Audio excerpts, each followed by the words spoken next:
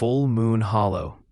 Lucas sought isolation, a retreat from the world's relentless noise. He found it in Miller's Hollow, a place steeped in quiet and shadowed by ancient trees. But the town held a secret, a single unwavering rule whispered from generation to generation. Lock your doors on the full moon. Do not open them for anyone. Lucas, a man of logic and reason, dismissed it as mere superstition, a quaint tradition of simple folk. He would soon learn that some traditions are born of necessity, etched in blood and fear. The first full moon arrived like a malevolent eye in the inky sky. A symphony of howls echoed through the hollow, primal and chilling. Something heavy circled Lucas's cabin, its presence a suffocating wake in the darkness. Claws scraped against the wooden walls, a sound that burrowed deep into his bones. The windows fogged with ragged breath, a beast panting just inches from his face. Then came the knock, hesitant yet undeniably human.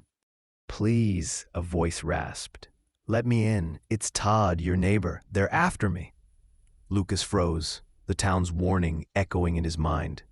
He hesitated, torn between compassion and a primal sense of dread. Silence descended, thick and suffocating, broken only by a low, wet laugh that seemed to slither from the shadows. "Almost had you, didn't I?" the voice mocked, its tone shifting, becoming something inhuman. A shadow on the porch twisted and grew, stretching into a grotesque parody of a man. The laughter morphed into a guttural growl, a sound that promised violence and pain. Then something massive slammed against the door, the wood splintering under the force. Lucas scrambled back, adrenaline coursing through his veins. He barricaded himself in the back room, heart pounding against his ribs.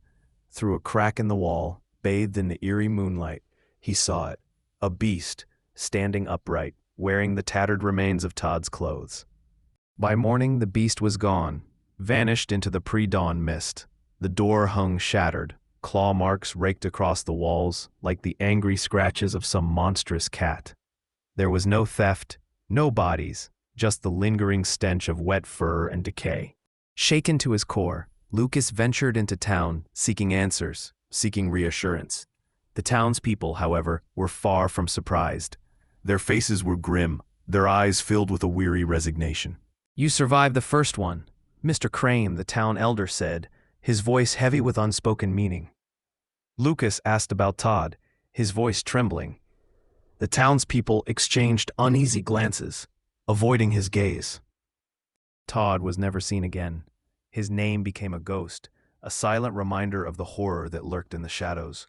Lucas was left with the chilling realization that the town's superstition was not a quaint tradition, but a desperate act of survival.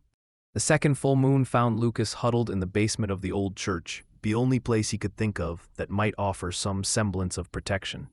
He clutched a shotgun in trembling hands, a worn Bible lying open on the dusty floor. But even the sacred space felt tainted, vulnerable. The howls still came, echoing through the hollow, closer this time, more insistent. And then, the knocking started again, soft and tentative. This time, it was a child's voice, high-pitched and filled with terror. "Please, mister, help me. I'm lost and scared."